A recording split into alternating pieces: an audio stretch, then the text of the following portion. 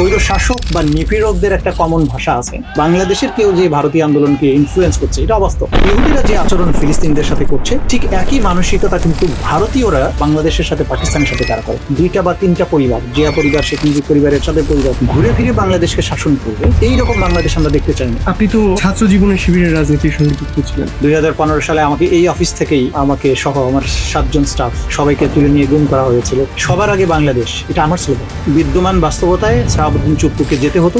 Salman F রহমানকে আমরা দেখছি যে সকল কিছুর সাথে সে জড়িত। আবার যখন আমাকে চিফ প্রসিকিউটর নিয়োগ করা হয়েছে, সেই অভিজ্ঞতা থেকে আমি জানি যে প্রসিকিউশনকে কোন কোন জায়গায় চ্যালেঞ্জ ফেস করতে হবে। আমার জীবন হুমকির মুখে পড়বে এটা জেনেও শেখ হাসিনা জিয়াউল হাসানকে এনটিএমসি প্রধান বানিয়েছিল যাতে করে বিরোধী দলকে দমন করা যায়, তাদের কল রেকর্ড করা, তাদের সার্ভেইলেন্স রাখা। কিন্তু দেখেন জিয়াউল হাসান স্বয়ং হাসিনাকে রেকর্ড করেছে।